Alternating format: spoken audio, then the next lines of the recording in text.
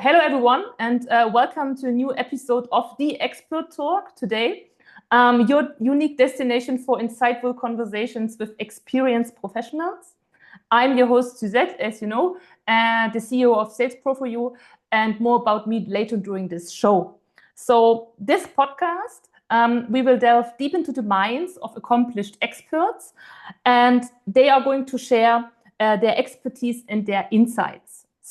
And without further delay, I am very happy and excited to introduce today Mr. Bond, Mr. James Bond. So I have to do this joke. I'm so sorry, James, but you will, of course, explain further who you are and what your expertise is. But before you are starting, I'm just continuing explaining your expertise in a nutshell. So, of course, you might not be a 007 agent, but you're a real expert in different fields in sales and marketing, especially. And if I'm right, you have over 30 years of experience in behavioral management and emotional selling. And you work alongside legends like Warren Buffett, so one of the most successful investors on planet, and Zig Ziglar, the sales guru.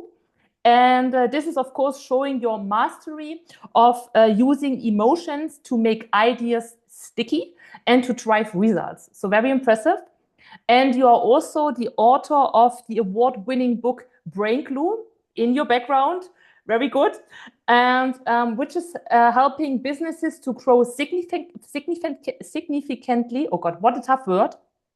So grow very strong and fast. And it's providing that emotions sell better than logic, which might be true. So I'm a big fan of this statement. And your 6 seconds selling concept highlights the power of strong names and emotional hooks to grab the attention. So in short, you are a real master of sales, marketing, and persuasion, so convincing. And James, I'm so happy that you are here. Welcome to the show. Welcome to California. Suzette, thank you for having me. You're awesome. You're awesome. But yeah, I discovered something that's blowing people's minds, and it's turning small entrepreneurs into multimillionaires, and in one case, a billionaire. I'm not supposed to talk too much about that, but I will give you some examples. But a lot of people don't want me sharing too much about it because they don't want their biggest competitors to know what they're doing so they could do the same thing. Because it Don't actually share turns all out to be secrets. Yeah, quite don't share all easy. secrets. But no, I'll share. So we have to understand that there are brain triggers. There are certain things that the brain likes that sticks to the brain like glue, which is why it's called brain glue. And I started very logically. Some of the, most of the best marketers and business owners are logical people. Okay. But people buy for emotional reasons, not logical reasons. Zig Ziglar, a famous motivational speaker, had a great line. He said, selling is nothing more than a transference of passion. If you're passionate about something, you saw a movie that you love, nobody has to tell you how to sell it. You go, oh, I saw this movie. It's great. You got da, da, da, da. We have passion, transference of passion. And I learned, so I'm originally from Montreal. I've lived in Southern California for about 38 years. But in Montreal, I worked my way up and had an advertising agency and worked my way up and won major clients, some of the world's biggest clients, Kraft Foods, Timex watches, Avon Cosmetics, Abbott Laboratories, Seagram's, the world's headquarters is there. And I had an opportunity to win the anti-drug campaign with powerful, logical reasons why you should not do drugs. Well, I lost. And what did I lose to? I lost to this guy. They did an ad with a guy holding an egg saying, this is your brain. Then crack the shell and drop the egg into a sizzling frying pan. This is your brain on drugs. Any questions? And when I saw that, two things happened. The first one was I realized this is much more powerful than my logical reasons why you should not do drugs. But what I also realized was this was frightening for me. I'm supposed to be an expert in sales and marketing, and this is emotional selling, not logical. It's not logical. It was an egg in a frying pan. And yet it was so profound, and I didn't know how to do it. And they don't teach it in school. And so I created a passion box right next to my computer. I said, because they don't teach it, there's no library books on it. Though people don't seem to understand or how to learn, how to teach you how to do emotional selling. So I took a 3x5 card, and on the 3x5 card, I wrote "Your Brain on Drugs," so I'd remember the ad. And I put it in my passion box. And so for 10 years, well, for more than that, but I was, every time I saw an ad or heard something that was really emotional, I could tell it was emotional selling. It could be a quote from a famous person. But if it's emotional selling, I would go, oh, I don't understand it. Instead of analyzing, I'm going to write it or tear it out of a magazine and put it in my box, my passion box, in the hopes that eventually I would learn emotional selling. Well, 10 years later, we had moved to Southern California, and I met John Gray. And John Gray was telling how he wrote a book called Men, Women, and Relationships. Incredible book. And he said, here was the frustration I had. People who read the book said, this is the most profound relationship book I've ever read. And yet almost nobody was buying it. So one day he's sitting in it with an audience. He was trying to sell the book in a seminar.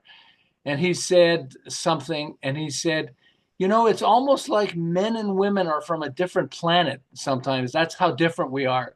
And one of the women in the audience said, what planet are men from? And he said, men are from Mars. That's what we're like. And everybody started laughing. When he got home, he started thinking, gee, when I said men are from Mars, everybody started laughing. That was interesting. If men are from Mars, where are women from? Well, women are from Venus. Venus is the god of love. Why don't I call my book Men Are From Mars, Women Are From Venus, and take the same book and just put references to Men Are From Mars, Women Are From Venus, but have the same book and the new title? Guess what happened? His sales went from 20,000 to 50 million books sold. 50 million almost overnight, just like that. He couldn't believe it. And so I realized, and he was really wonderful telling me things. And so when I came home, I had a copy of the book, Men Are From Mars, Women Are From Venus. I was going to put it in the box, and I stopped suddenly, and I realized, wait a second, men aren't really from a different planet, okay? I mean, you women probably think we are sometimes, okay? But but it's a metaphor. It's like men are so different that sometimes it feels like they're from a different planet than women are from. That's basically what Men Are From Mars, Women Are From Venus says. And I went, that's a metaphor. Huh. And then the guy holding an egg saying, this is your brain, that's a metaphor too. It's not real. That's not a brain he's holding, it's an egg. But he's giving us a metaphor. And I realized, wait a second, is metaphors the secret to emotional selling, or at least one of the secrets? So I took my passion box and I dumped it on my bed because I needed a big space. And I realized, I discovered that metaphors is one of 14 brain triggers at the heart of emotional selling. I thought I was going to die. I said, have I just figured out something and nobody else has figured out?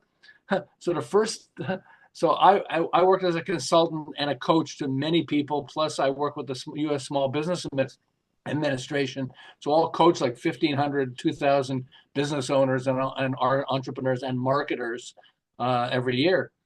And so I started practicing with my clients. And the first one I did was three gentlemen who had a construction company who, after 10 years, had $2 million of sales. That's not bad, right? Ha, ha, ha. I'm just kidding. In 1 year, I took them from 2 to 10 million in sales. And then 2 years later, we reached 32 million of sales. So it went from 2 million to 32 million of sales applying one of the brain glue tools. And so I started to realize, like, this is incredible. And I started sharing with people, some of the examples of people who change some of the tools they have that we use that actually helps people. There are 14 brain glue tools, and I'll take you through some of them. But let me just give you some examples first. Okay, so we have he went from Men, Women, and Relationships to Men Are From Mars, Women Are From Venus, and sales went from 20,000 to 50 million books sold. That's a lot, okay? I work with Jack Canfield, who wrote Chicken Soup for the Soul. He doesn't need me helping him. He sold 500 million books, okay? But he started reading my book and he got mad at me. He said, you got me so pissed off. And I said, I'm sorry. He said, no, I started reading your book. I couldn't put the damn thing down. I said, oh, can I use that as a quote? There's a whole story around this. I said, I'm sorry. Can I use that as a quote? But he realized that it uses tools that helped him become wealthy and famous. Okay, because Chicken Soup for the Soul, his book. He was telling me that his book has 101 motivational stories. Okay, that will change a person's life, and he was going to call it 101 motivational stories that would change your life. But he went, I need a better title than that because that's logical. He didn't realize that's what he was focusing on, but he wanted something that was, these stories are amazing. And that title doesn't feel amazing. And so it took him about a month. And one day he woke up in the middle of the night, he's telling me, and he said, chicken soup, sometimes if you feel really sick, you take chicken soup and chicken soup makes you feel a little better. So maybe I should call the book Chicken Soup for the Spirit. It doesn't exactly work, but he didn't understand why until he started reading my book. Now he knows why it all works. But he went, Chicken Soup for the Spirit. Okay, it's not exactly there. So he said he had a sleepless weekend, and then he woke up and he said, S-O-U-P, soup, S-O-U-L, soul. It's alliteration, a repetition of sound. Chicken Soup for the Soul. That works. And then it became the name of the title of the book. He's telling me after he has over 60 other bestsellers because he's become so famous, but almost none of them use brain glue tools. But that first one that made him, massively successful used the brain glue tools. So there's a guy named Bob Parsons, and Bob Parsons started a company called Jomax Technologies that helps people build their websites. And he recognized that people loved the service that they offered, but almost nobody was buying the product. They call it Jomax Technologies because he was on a Jomax Boulevard. So he named it that, okay? So he's thinking, what would be fun is to give it a fun name that has maybe alliteration, a repetition of sound, which is one of the brain glue tools. I'll give you examples of it in a second. So he says, why don't we call it Big Daddy? That's a fun, Big Daddy, okay? And then he checked and Big Daddy was gone. Somebody had taken that. So he said, okay, well, I like the daddy, the alliteration. Why don't I call it GoDaddy? GoDaddy sales exploded, because he has GoDaddy. So now I remember. Yes, I was. Yeah, I remember the time when it just, went up and everybody knew about GoDaddy. Yes, you're right. Yeah. Well, it uses alliteration, repetition of sound, and I start to realize Coca-Cola, Best Buy, PayPal, TikTok. TikTok is Chinese social media platform. You think they would be as successful if they called it the Chinese social media platform? They would be out. Exactly. Nobody would know. It's called TikTok. So it uses alliteration, which is one of the tools, the repetition of sound. I'll give you another one. There's a guy named Carrie Smith, okay? And he has he started a manufacturing company in America, and it started doing okay. And he had a friend that had a fan company. They made really large fans that are used for barns. So if you have horses and cows, you're not going to put air conditioning. You put a fan, okay? And so and he would start selling it eventually, even to large factories and things like that. And they're really large fans, and he called it HVLS fans, high volume, low speed fans. That's logical, by the way, okay? And so one of his friends he's talking to one of his friends, and the friend says, I don't get it. What's the big deal about your fans? He said, well, they're big ass fans. Big ass fans? He said, how come you don't tell everybody it's big ass fans instead of the stupid HVLS fans? He goes, oh, well, so he ran a small ad for big ass fans just to see, and sales exploded. And he went, wait a second, I should change the name of the logo and the name of the fans, put it on the fans. So he has a donkey, which is an ass, with his butt facing us, which is another one. And the head is off in the distance, turned and looking at us. And that became the slogan and the logo, big ass fans. And sales skyrocketed so much that after after I think it's 12 years, it's 12 or 15 years that he had the business, he decided to sell it, and he sold it for $500 million. One of the What things the he F? Yeah. One of the things he did, which is interesting, and he talks a lot about this, was so once he changed the name to Big Ass Fans, sales exploded.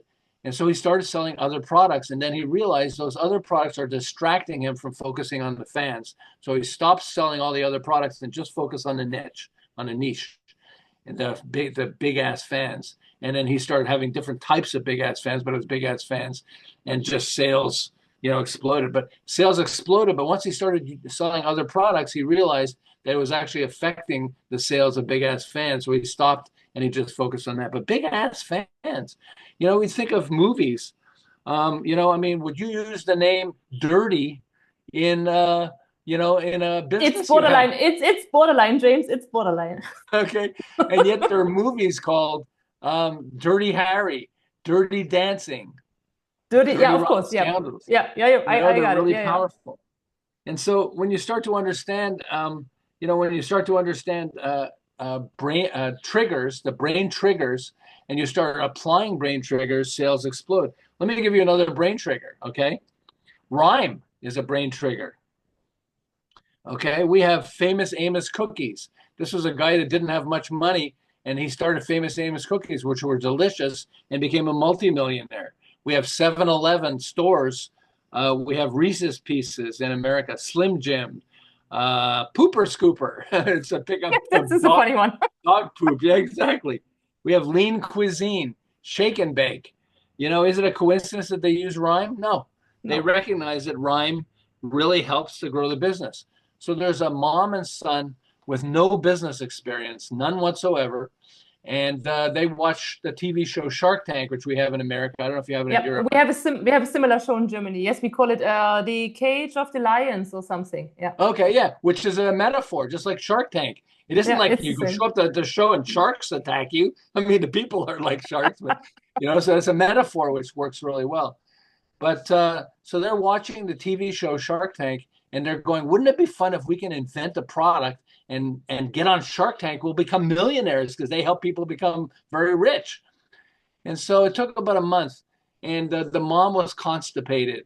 And so the doctor told her, when you're on the toilet, I don't want to get too detailed in this, but to explain this, when you're on the toilet, if you can raise your feet 6 to 8 inches off the ground, it actually changes the shape of your body and makes it much easier when you're going to the bathroom. She tried Mm. it and it worked. And they went, wow. And so then she starts thinking, the two of them, wouldn't it be fun if we created this little stool that wraps around a toilet? And whenever you're on the toilet, you can slide it out with your feet and you can put your feet on it. Huh. They found a manufacturer, through the internet, and they realized that the price could be as much as $2 or $3 a thing, and they could sell it for $20. $20. Wow, they can make a lot of money. Okay, so, but we need a good name for it. That's what she said. So, toilet stool, no, that's not a good No, name. no, no, that's not catchy. No, and it's a bit, crazy. Exactly. But so they said toilet stool. My wife said they should call it a stool, but that's not No, really a no, no, no, good name. no, no, no, no. Okay. So toilet stool. So what's another word for toilet? Potty. They have the porta potties. I don't know if potty. How can we call it potty? And when you're on there, you're kind of squatting. Squatty potty. Let's call it the It's a squatty squatty. potty. I'm They dying. they went This from sounds. Sorry. they had no business experience. Within 2 years, they reached $100 million of sales. A No, hundred million dollars. I mean, I cannot believe that. okay. I have this nerd. I had heart bypass surgery 3 months ago. Oh, Not I'm fun, so by the way. sorry. No, It it's was not fun. I've recovered mostly. But I have a nurse was talking to me and said, "Well, what do you do?" And I said, "Well, I wrote this book, Brain Glue." She said, "What's that about?" And I told her the story of Squatty Potty. And then she said, "I got to tell you this. Okay, I'm a nurse, so I know that when you're on the toilet, you should raise your feet a little bit off the ground. So I have this little stool that I got, and I use that." But I was in a store and I saw Squatty Potty and I started laughing like crazy. I had to buy the product. I said, "But you already have a stool." She said, "I know, but I love the name so much. I ended up buying a Squatty Potty for myself." She even had Emotional a buying. product. Yeah, I believe. Exactly. But she had, so we have an excellent example of this. How would you like to invent a product, an incredible product your biggest competitor or someone you don't like steals the idea from you, and they make a fortune and you starve to death. Wouldn't that be fun? This would No. no. Okay. So the head of Post Cereals competes with Kellogg cereals, okay, breakfast cereals. Yep. And the head of Post Cereals decided to create this nice little cake that you put strawberry, blueberry, raspberry jam inside it. I saw a movie about this. I forgot the name, but I guess there was a movie. It was Kellogg's versus I forgot the name. Maybe I'll this tell is the you movie. that, okay? It's the one, right? Yeah. But that's not what they chose, okay? And then they put it in a toaster. When it comes up out of the toaster, you have this nice cake, okay? And they called it, and he decided to call it Country Squares. Stupid name, by the way, Country Squares. But it's a square, so that's a logical name, right? Because it's a square, so they call it like this. Yeah. It's logical, but not emotional, okay? No. So 3 months before he launched the product, he started talking to the media, and they did articles on it, talking about in 3 months, Post Cereals is going to have these Country Squares, and it looks like this and everything else. So the head of Kellogg's was watching the samples and went, oh, that's an incredible product, guys, hey, and gals, everybody. I need you to figure out how to make that product, but we have to come up with a better name, okay? But we're going to make that product, okay? And so they made it, and then they're thinking like, what's a good name for this thing? Well, it pops out of the toaster, so pop something, okay? And that's called a sense elevation, I call it, which is you're using the sound like. There was Alka-Seltzer used plop, plop, fizz, fizz. Oh, what a relief it is. That was their slogan, okay? The sound. So it pops out of the toaster. So I have to use pop. And Andy Warhol was the famous artist back then in America. And he was pop artist, which is anchoring, where you take something that already exists that people have in their brain and you can twist it just a little bit, pop art. And so they said, Pop-Tarts. Let's call it Pop-Tarts. Pop-Tarts. Exactly. This was the product. I remember. Yeah. And they launched it 1 week before Country Squares, by the way, because they knew when they're launching it. Okay, the worst competitor. Sales exploded. It became the largest selling product that Kellogg's ever had. They couldn't believe how much it sold. In fact, it sold so much, they ran out of product in all the stores. And so he started running ads in newspapers apologizing because he didn't want anyone buying Country Squares. And he said, please hold on for just a couple of days. We're going to get more products in your store. I'm glad you love it, but I apologize. Virtually nobody bought Country Squares. Within 3 months, Country Squares stopped even trying to sell their product. And last year alone, Pop-Tarts sold 3 billion Pop-Tarts. Still unbelievable. Wow. Sales exploded. These are competitors, but one of them invented it, but the other one had a better name for the product. And because he had a better name, sales just skyrocketed. And so, yeah. James, this is so incredible. It's so inspiring, all the stories you just told. And I 100% understand why you are an expert in explaining, also with very nice examples, all those ideas and what you should do, right? And also this is a good thing why you wrote this book. Sorry. So it's just wonderful.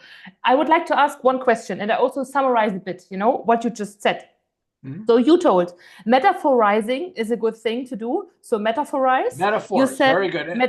Metaphor. Let me give you this, okay? So think of my product or service as just like what, and be as crazy as possible. Start there because that gets your brain going, okay?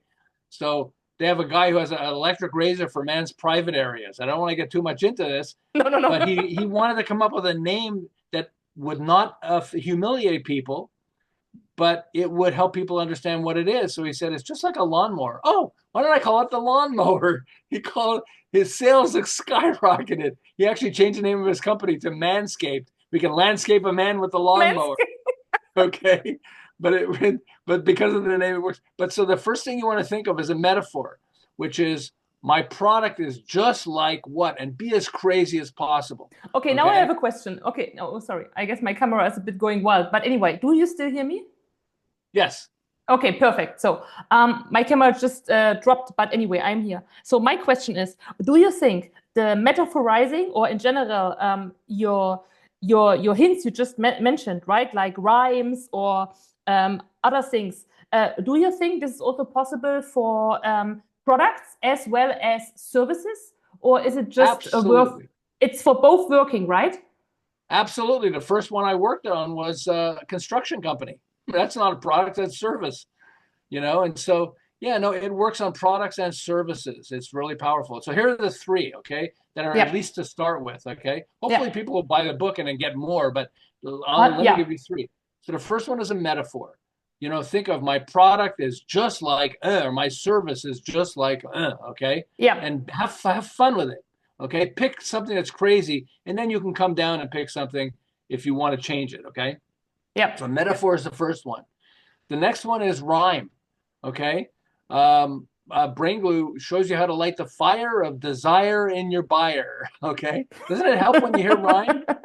Okay, so rhyme is the second thing. Pick words that are that relate, Yeah. and then find rhyming words. You can go to AI, Chat GPT or some of the other ones, and get words that rhyme with it, and you could find a phrase or a name that works.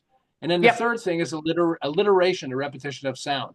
Once you have some of the words, pick at least three words that describe your product, like squatty potty, like the toilet stool. So toilet. What are some other Yep. words that you can describe toilet with? But if you use alliteration, a repetition of sound, buh, buh, tuh, tuh, huh, huh, whatever it is, Coca-Cola, Best Buy, PayPal, TikTok, what's yours, I can call mine brain babies. No, but anyway, but when you have fun with that, it becomes much easier to come up with a name or a slogan that sticks to the brain like glue. And that's so the three to start with is definitely come up with a metaphor. My product is just like, or my service is just like, okay. And then the second thing is words that rhyme with some of the keywords. And then the other one is alliteration, a repetition of sound. What are words that have the same, first word or second? In America, we have "I Love Lucy" was a huge successful show. Yep. Well, Lucy was her name. Look, so what are words that begin with L? Lucky. Yeah, so Lucky Lucy, we can call it that. What else? Love Lucy. I love Lucy. Bam, and they have the name because of the sound. So yeah, these are very powerful. But there are Most many, of us don't realize, but it works. But there are many, many more tips in your book. So you have many, many more advices you are giving in your book. And I really, really 14. strongly recommend 14 exactly. I really, really strongly recommend to all of the listeners and all of the viewers to get, the book of James, Brain Glue, and to have a look and to learn about, because it's wonderful. James, the time is flying. So I would like to ask you to give maybe one short advice to the audience. Well, to me, the most important one is a metaphor. I mean, come up with even when you're trying to describe it to somebody, trying to say something to somebody, you use a metaphor and it becomes easier to understand. I can give you lots of examples. We can go on, but it's just like, I was trying to get a friend to have a more open mind because he's very closed-minded. So what else works when it's open? Well, an umbrella works when it's open. A parachute works when it's open. A book, if you buy a book and you don't open it, you won't get benefit. So I picked a parachute, and I was trying to tell him he has a closed mind and you want to have open mind. So I said, your mind is just like a parachute. It works better when it's open. And he went, oh, okay. So metaphor, it's just like what? And I think if you start with that, you start getting some ideas that make it much easier for people to understand what you're selling, and maybe in some cases even to have fun when they do that. Squatty potty. I mean, like some of the names. Brain glue. Thank you so much, James. You opened up my mind today. I am so impressed. It's wonderful, all your expertise you just shared today. And again, I recommend to buy your book. It's really insightful, and we can learn a lot about your expertise and everything what you summarize in this book, this 14 tips. So thank you so much, James. And in fact, that wraps up our enlightening episode of today of the Expert Talk. Thank you so much, James I. Bond. And folks, remember, success is a journey, and having the guidance and the wisdom of an experienced professional makes all the difference. So thank you so much, James. It was a pleasure talking to you. Maybe we can continue this because I'm so keen to learn more about your book and everything and your guidance. And thank you so much. See you next time. Thank you so much.